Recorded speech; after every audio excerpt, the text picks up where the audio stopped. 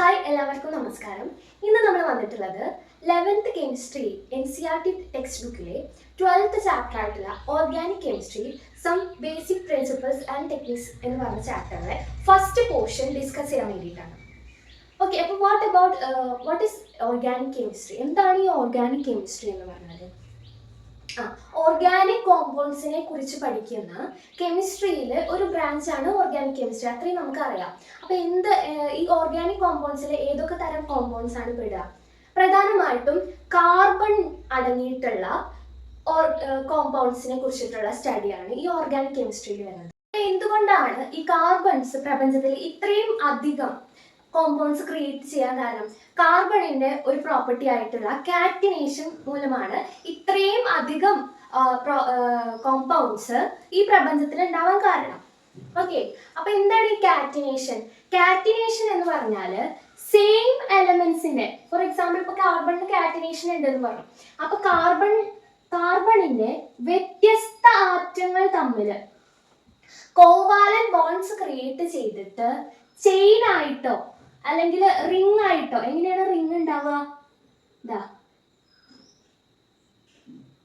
ഇങ്ങനെ റിംഗ് ആയിട്ടോ ചെയിൻ ആയിട്ടോ ഒരേ എലമെന്റ്സിലെ വ്യത്യസ്ത തരം ആറ്റങ്ങൾസ് കോവാലന്റ് ബോണ്ട്സ് ഫോം ചെയ്യുന്നതിനെയാണ്, ആ പ്രോപ്പർട്ടിനെയാണ് നമ്മൾ കാറ്റിനേഷൻ എന്ന് പറയുന്നത്. അപ്പൊ കാർബണിന്റെ ഈ ഒരു പ്രോപ്പർട്ടി കാരണമാണ് ഇത്രയും അധികം കോമ്പൗണ്ട്സ് ക്രിയേറ്റ് ആവാൻ കാരണം. ഓർഗാനിക് കോമ്പൗണ്ട്സ് എവിടെയൊക്കെയാണ് കാണാൻ കഴിയുക? നമ്മുടെ ശരീരത്തിൽ തന്നെയുണ്ട്. നമ്മുടെ DNA, ബ്ലഡ് സെൽസ്, അതുപോലെ തന്നെ മസിൽസ്, സ്കിന്ന്, ഇതൊക്കെ എന്താണ്? ഓർഗാനിക് കോമ്പൗണ്ട്സ് ആണ്. ഓക്കെ, അതുപോലെ തന്നെ നമ്മൾ നിത്യോപയോഗ വസ്തുക്കളായിട്ടുള്ള പോളിമേഴ്സ്, PVC, അതുപോലെ തന്നെ എന്താണ് ഡൈസ്, മെഡിസിൻസ്, ഇതൊക്കെ എന്താണ്? ഓർഗാനിക് കോമ്പൗണ്ട്സ് ആണ്. ഓർഗാനിക് കെമിസ്ട്രിയുടെ ഒരു എവല്യൂഷൻ ആണ് ഇനി പറയാൻ പോകുന്നത്. സ്വീഡിഷ് ശാസ്ത്രജ്ഞനായിട്ടുള്ള ബെർസീലിയസ് പറഞ്ഞത് എന്താണെന്ന് വെച്ചാൽ, ഏതോ ഒരു വൈറ്റൽ ഫോഴ്സ് ആണ് ഈ ഓർഗാനിക് കോമ്പൗണ്ട്സ് ഉണ്ടാകുവാൻ കാരണം എന്ന് പറഞ്ഞു. പിന്നീട് 1828 അതല്ല എന്ന് തെളിയിച്ചത് ആരാണ്? എഫ് വോളർ ആണ്. അദ്ദേഹം എന്ത് ചെയ്തു? അദ്ദേഹം ammonium cyanate, ammonium NH4 cyanate, cyano group നമുക്കറിയാം CN ആണ്. സയനേറ്റ് എന്ന് പറയുമ്പോൾ CNO എന്ന് വരും. അപ്പൊ അമോണിയം സയനേറ്റ് ഹീറ്റ് ചെയ്തപ്പോൾ യൂറിയ ഉണ്ടായി. യൂറിയ ഒരു ഓർഗാനിക് കോമ്പൗണ്ട് ആണ്. അപ്പോൾ ഈ ബെർസീലിയസ് പറഞ്ഞു ഏതോ ഒരു വൈറ്റൽ ഫോഴ്സ് ആണ് ഓർഗാനിക് കോമ്പൗണ്ട്സ് ഉണ്ടാവാൻ കാരണം.